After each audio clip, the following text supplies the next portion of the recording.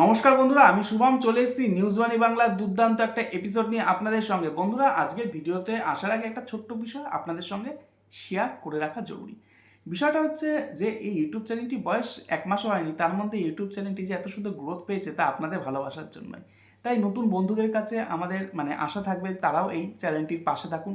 Video যদি ভালো লাগে, ভিডিও যদি ভালো লাগে তাহলেই সাবস্ক্রাইব করে এই চ্যানেলটির পাশে থাকুন এবং এগিয়ে নিয়ে যেতে সাহায্য করুন। বন্ধুরা, আজকের বিষয়টা হচ্ছে এসআইআর যে পর্বটা আমরা দেখলাম তাতে কি আদৌ কোনো পক্ষের লাভ হবে এবং কার লাভ হবে?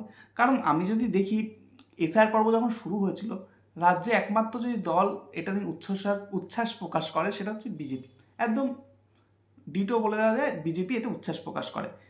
সিপিএমের অবস্থান স্পষ্ট নয়, তাদের দাবি বৈধ ভোটারের নাম বাদ যাবে না, এরকম একটা নিউট্রাল ফিগার নিয়েছে। তারা এটা নিয়ে খুব একটা বেশি হইচই করেনি। কংগ্রেসও একই অবস্থানে। তৃণমূল এসআইআর পর্ব প্রথম থেকে বিরোধিতা করেছে, বিজেপি পক্ষে ছিল, তৃণমূল বিরোধিতা ছিল, আর বাকি যে দলগুলি রয়েছে সিপিএম, কংগ্রেস বা অন্যান্য যে ছোট দলগুলি তারা নিউট্রালি ছিল। এইবার যে এসআইআর পর্বে যে বিপুল হারে নাম বাদ গেল, আদৌ কি কোনো ভোট বাক্সে লাভ হবে? একটা ছোট্ট অঙ্ক আপনাদের বলে দিই। ধরে নিন কোনো কেন্দ্রে 20,000 নাম বাদ গেল। এবার সেই কেন্দ্রে প্রথম এবং দ্বিতীয় দলের ব্যবধান লাস্ট ভোটে ছিল ওই 15 থেকে 25,000। ফলে সেই দ্বিতীয় যে দলটি সে হয়তো লাফাচ্ছে, এবার তো ভোটে জিতেই আসবো। কিন্তু আরেকটা বিষয় কিন্তু জেনে রাখা উচিত, সেটা কিন্তু খুব ইম্পর্টেন্ট।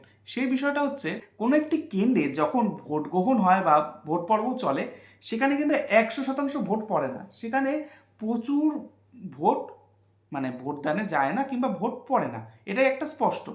অর্থাৎ 100%-এর মধ্যে 80% মতো ভোট পড়ে। এটাই পশ্চিমবঙ্গে সাধারণত মুর্শিদাবাদ এবং আরামবাগ এই দুটো জায়গায় বেশি ভোট পড়ে এবং বাকি জায়গাগুলোতে 70 থেকে 80-র মধ্যে থাকে। কলকাতায় সবচেয়ে কম ভোট পড়ে, এটা জেনে রাখবেন। 45 থেকে 55, কোনো কোনো সময় এর চেয়ে বেশি পড়ে। এই যে কলকাতায় যে 45 থেকে 55 বললাম, তার কারণটাও কিন্তু বেশ চমকপ্রদ। কারণ এখানে বেশিরভাগ মানুষ ভোট দেন না বলে একটা ধারণা তৈরি হয়ে আছে। এইবার আপনারা যদি এসআইআর লিস্টটা দেখেন তাহলে কিন্তু প্রচুর নাম বাদ চলে গেছে। মৃত voter, shifted voter, double voter. এবার আপনারা যদি এই হিসাবটা করেন তাহলে কি এটা স্পষ্ট দাঁড়াচ্ছে যে মৃত ভোটারদের ভোট কি আদৌ পড়তো? তাই নয় কি? কারণ যে ভোটাররা ভোট দেননি সেখানে কি মৃত ভোটারও থাকতে পারে? এই দাবিটা সম্প্রতি তৃণমূলের কুণাল ঘোষ করেছেন। এবার অনেকে তাকে নিয়ে বিতর্কিত চরিত্র মনে হতে পারে, কিন্তু তার দাবিটা কিন্তু অমূলক নয়, এটা কিন্তু ভেবে রাখবেন। কারণ একটা কেন্দ্রে প্রচুর মৃত ভোটার ছিল, এটা তো অস্বীকার করার বিষয় নেই, ছিল। এবং তারা আদৌ ভোট দিয়েছেন কিনা এই প্রমাণটা এখন অবধি নেই যে দিয়েছেন। একটা ধারণা করে নেওয়া হয় শাসক বিরোধীতে যে দিয়েছেন, কিন্তু এটাও তো দেখা উচিত যে ওই কেন্দ্রে 100%-এর মধ্যে কিন্তু 100% ভোট পড়ে না। এটাও তো দেখতে হবে। যদি মৃত ভোটার সবাই কিনে ছাপ মেরে দিত বা ব্যালট বক্সে টিপে দিত, তাহলে 100-র মধ্যে 100 ভোট, 100%ই ভোট হতো। সেটা কিন্তু কোনো কেন্দ্রে হয় না, এটা মাথায় রাখবেন। এরকম কেন্দ্র হলে সেটা আলাদা লেভেলে চলে যেত, কিন্তু হয় না। তাই যে বিষয়টাতে ছিলাম, এসআইআর পর্বটা দেখলাম, প্রথমে দাবি করা হচ্ছিল 1.5 কোটি নাম বাদ যাবে, তারপর 1 কোটি। এখন যা দেখলাম এক্স্যাক্টলি 60 লাখের আশেপাশে নাম বাদ গেছে। এর মধ্যে যেই ডেটাটা সামনে এসছে সেটা আমি একবার আপনাদের বলে দিই, তাহলে আপনাদেরও বুঝতে সুবিধা হবে বিষয়টা। এই যে ডেটাটা সামনে এসেছে, সেদিন শনিবার নির্বাচন কমিশনের ঘোষণা অনুযায়ী যা ফিগারটা দাঁড়িয়েছে তাতে 63 লাখের আশেপাশে নাম বাদ গেছে, খসড়া তালিকা চূড়ান্ত তালিকা মিলিয়ে। পশ্চিমবঙ্গের মোট ভোটার সংখ্যা ছিল আগে 7,66,00,000-এর বেশি, সেটা কমে দাঁড়িয়েছে 7,59,284-তে। এর পাশাপাশি 60 লাখের বিচারাধীন বা ওই পর্যায়ে রয়েছে যেখানে বিচারকরা ঝাড়াই বাছাই করছে। এইবার যদি বোঝা যাচ্ছে না এখানে এক্স্যাক্টলি লাস্ট অবধি কত হবে, কারণ লাস্ট অবধি কত হবে সেটা আদৌ ভোটে প্রভাব পড়বে? কারণ মনোনয়নপত্রের আগের দিন পর্যন্ত নাম তোলা যাবে।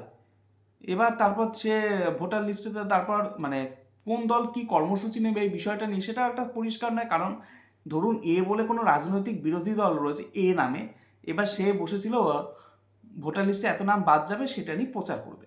কিন্তু মনোনয়নপত্রে লাস্ট দিন অবধি তাকে যদি অপেক্ষা করতে হয়, সে ক্যান্ডিডেটের ওপর ফোকাস করবে না ইস্যুটার ওপর ফোকাস করবে? এটাও একটা প্রশ্ন রয়ে গেল। বাকি যে রাজ্যগুলোতে কোনো এরকম সমস্যা নেই। পশ্চিমবঙ্গের এসআইআর পর্ব প্রথম থেকে একটা জটিল অবস্থানে নিয়েছে। শাসক থেকে শুরু করে মানে সব পক্ষই, সে প্রশাসনের হোক বা রাজনৈতিক দলের হোক, একটা অদ্ভুত টাইপের জটিল অবস্থান নিয়েছে। তার ফলে এখানে এসআইআর এক প্রকার কার্যত ঘেটে হয়ে গেছে একদম। এই যে অনেকে বলছে না এসআইআর নাম বাদ গেছে জিতে যাবো, কিন্তু এই বিষয়টার একটা প্রশ্ন রয়ে গেছে বন্ধুরা। এই প্রশ্নটা হচ্ছে কারণ প্রচুর আসন, মানে প্রচুর কি, পশ্চিমবঙ্গের সব আসনই এমন রয়েছে যেখানে 100% ভোট হয় না।